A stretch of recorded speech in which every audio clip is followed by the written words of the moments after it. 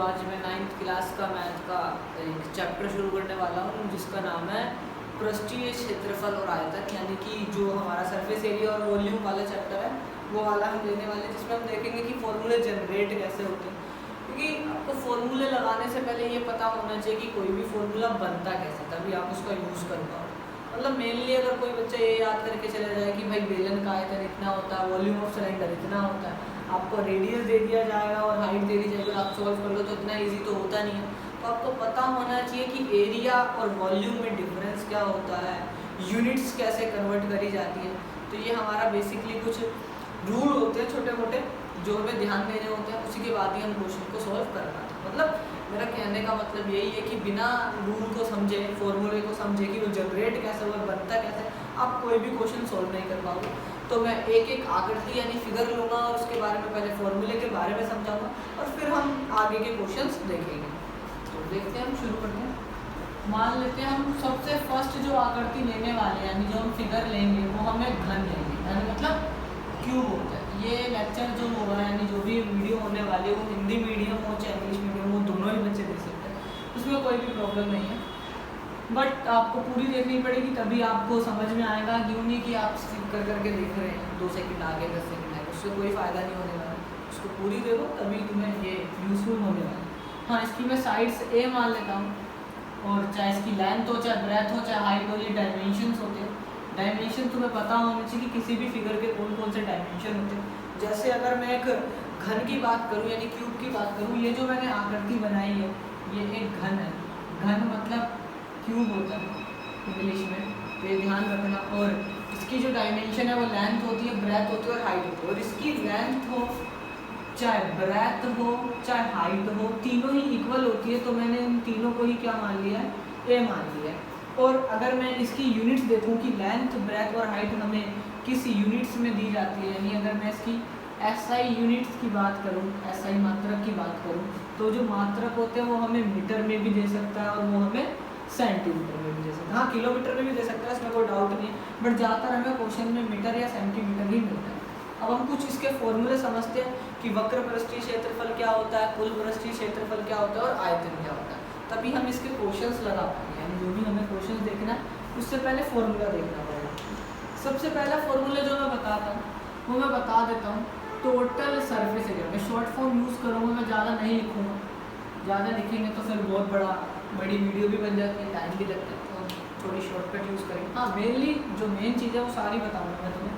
तो total surface area यानी जो कुल पृष्ठीय क्षेत्रफल होता है उसका फॉर्मूला देखते हैं क्या है। ये कोई भी फॉर्मूला रटना नहीं है। अभी तुम बोल सकते हो कि हाँ भैया इसमें तो कोई डाउट नहीं है कि 6a² में फॉर्मूला लगाएंगे और आंसर सॉल्व कर सकते हैं, बट वो आया कैसे वो तुम्हें ध्यान रखना है। अगर तुम कहीं पे भी बैठे एक रूम में बैठ के ये वीडियो देख रहे हो तो तुम्हारा रूम हो सकता है किसी दूसरी फिगर का, बट अगर मेनली मैं देखूँ तो रूम अगर देख रहे होगे तो तुम्हें वो इसी आकृति का यानी इसी फिगर का मिल जाएगा। और मान लो तुम्हारा रूम है और उसकी लेंथ ब्रेथ और हाइट जो है वो तीनों सेम है, तीनों सेम है, तो मैं इसका कोई एक फेस उठा लेता हूँ। एक फेस यानी मान लो मैंने इसका ये वाला फेस उठा लिया, जो मैं शेड कर रहा हूँ सामने वाला, ये वाला फेस उठा लेता हूँ।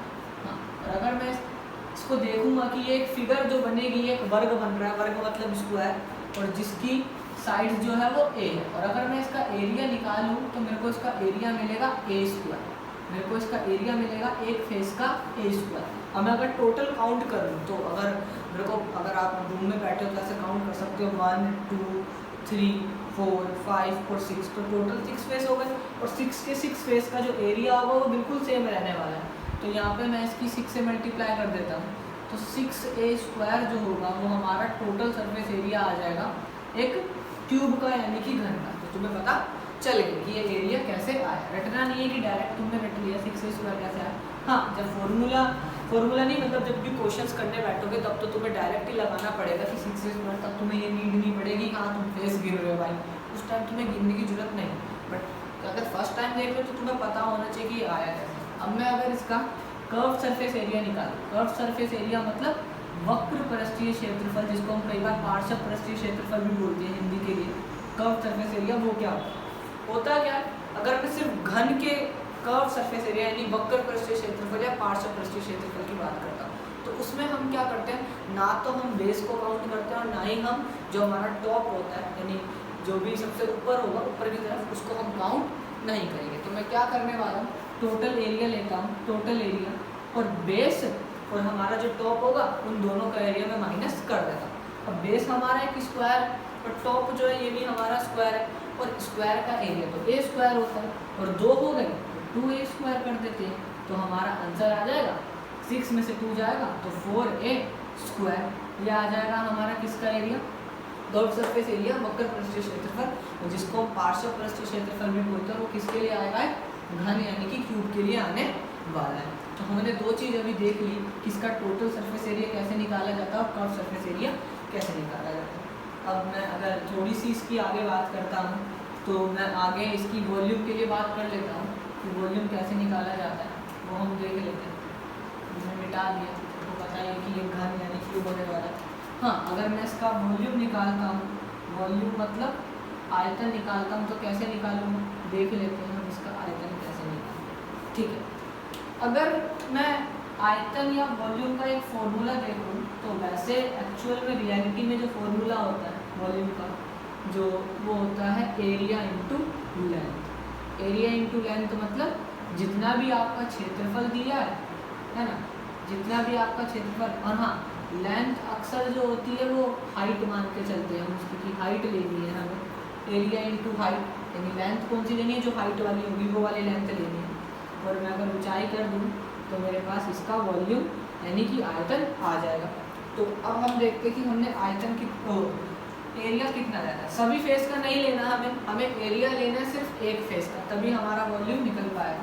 तो एक फेस का एरिया जो होता है वो ए स्क्वायर होता है और हाइट जो है, हाइट इसकी अभी भी कितनी है, यही तो इसकी हाइट होगी और हाइट किसके बराबर है, ए के बराबर। तो अगर मैं इसे सॉल्व कर लूँ तो ए क्यू हमारे पे क्या आ जाएगा, फॉर्मूला आ जाएगा वॉल्यूम। बहुत सारे बच्चे इसको डायरेक्ट रट लेंगे ए क्यू। ठीक है, यू भी बोलते हैं कि भैया आपने टोटल सरफेस एरिया क्यों नहीं लिया। मेरे टोटल सरफेस एरिया थोड़ी लिया जाएगा इसमें तो सिर्फ एक फेस का लिया जाएगा और उसकी हाइट देख ली जाएगी और वही हमारे पास क्या आ जाएगा इसका वॉल्यूम। हाँ, फेस तुम कोई भी ले सकते हो क्योंकि ये घन है, क्यूब है, तो इसके सभी फेस जो होने वाले हैं वो सेम एरिया के होने वाले और सेम ही हाइट के होने वाले। टोटल इसमें जो फेस होते हैं टोटल वो हमारे 6 होते हैं। हिंदी में फेस को फलक बोला जाता है, जो तुम्हें ध्यान रखना है। थोड़ा सा मैं तुम्हें यहाँ और बताना चाहूँगा क्या, कि अगर मैं बात करता हूँ क्षेत्रफल यानी कि एरिया, और मैं बात करता हूँ वॉल्यूम यानी कि एक आयतन की बात करता हूँ यहाँ पे, आयतन। ठीक है, इन दोनों में डिफरेंस क्या होता है, बेसिक डिफरेंस अगर बात करेंगे तो ये होता है हमारा 2D, जबकि ये होता है हमारा 3D। 2D यानी आपको 2 डायमेंशन दिखेंगे। अब वो आपको लेंथ और ब्रेथ दिख सकती है, लेंथ और हाइट दिख सकती है और हाइट और ब्रेथ दिख सकती है। जबकि अगर मैं 3D की बात करता हूँ, वॉल्यूम की बात करता हूँ, तो यहाँ वॉल्यूम में मुझे हाइट भी दिख जाएगी, लेंथ भी दिख जाएगी और साथ ही साथ ब्रेथ भी दिखने वाली है। वो चीज़ हमें ध्यान रखनी है। एक अगर मैं इसकी यूनिट्स की बात करूँ तो इसकी यूनिट हमारी या तो मीटर स्क्वायर या सेंटीमीटर स्क्वायर होती है, जबकि वॉल्यूम की यूनिट होती है या तो मीटर क्यूब या सेंटीमीटर क्यूब, और कई बार तो लीटर भी चलता है और किलोमीटर भी चलता है। तो ये यूनिट हमें ध्यान रखनी है कि एरिया की क्या यूनिट होती है और वॉल्यूम की हमारी क्या यूनिट होती है।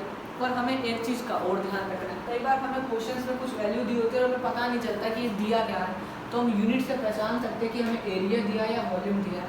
बाकी मैं आने वाले लेक्चर में तुम्हें ये भी बताऊँगा क्यूब, ये भी तो क्यूब का सिखाया मैंने, क्यूबॉइड का भी सिखाऊँगा और सिलेंडर आएगा, कोन आएगा, हमारा स्फीयर आएगा, हम सब देखेंगे और आगे देखेंगे कि और वॉल्यूम और एरिया में हम क्या क्या आइडेंटिफाई करके मतलब डिफरेंस कर सकते हैं और क्वेश्चंस कैसे सॉल्व किए जाते हैं। क्योंकि अभी तो एक फर्स्ट लेक्चर है, तो पहले तुम्हें ये समझना पड़ेगा कि इसमें मतलब जो फॉर्मूले वो यूज़ कैसे होते हैं। बाकी नेक्स्ट लेक्चर में देखते हैं हम इसे कैसे सॉल्व कर सकते हैं।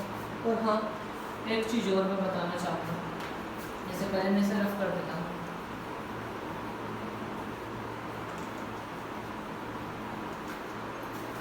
यहाँ पे पहले मैं एक चीज़ शेयर कर देता हूँ। ये जैसे कि ये मेरा नंबर है 9650447980। पहली बात तो ये मैंने नंबर इसलिए शेयर किया, हाँ ये मेरा व्हाट्सअप नंबर है, ये नहीं कि मतलब कोई कॉल करे। व्हाट्सअप नंबर इसलिए बहुत सारे बच्चे कमेंट्स में ये लिखते हैं कि मतलब अभी तक खैर किसी ने नहीं लिखा, बट ये लिखते कि ये चीज़ गलत है, वो गलत है, तो उसका प्रूफ दो, कैसे होगा वैसे होगा। तो आप मेरे नंबर पे उसको लिख के शेयर कर सकते हो मुझे, मतलब मेरे को पिक सेंड कर सकते हो कि जो भी तुम्हें डाउट है कि कोई क्वेश्चन अगर मैंने गलत लिख दिया, कहीं मैंने थोड़ी सी मिस्टेक कर दी और वो मुझे सही करनी चाहिए थे।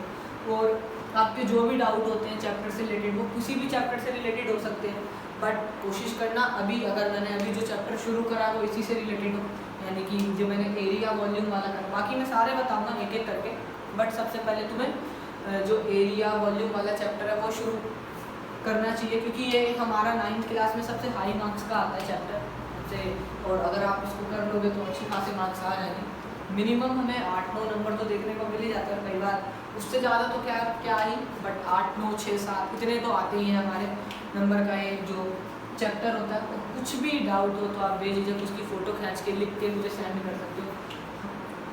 कुछ भी मतलब क्वेश्चन होता है, चाहे वो फॉर्मूले से रिलेटेड है, चाहे वो कोई आर.डी. शर्मा का है, या तुम्हें पता नहीं चल रहा कि ये कैसे सॉल्व हुआ है, ये वैल्यू कैसे आई है, तो आप मुझे इस नंबर पे व्हाट्सअप कर सकते हो। बाकी नेक्स्ट क्लास में और चीज़ें देखेंगे।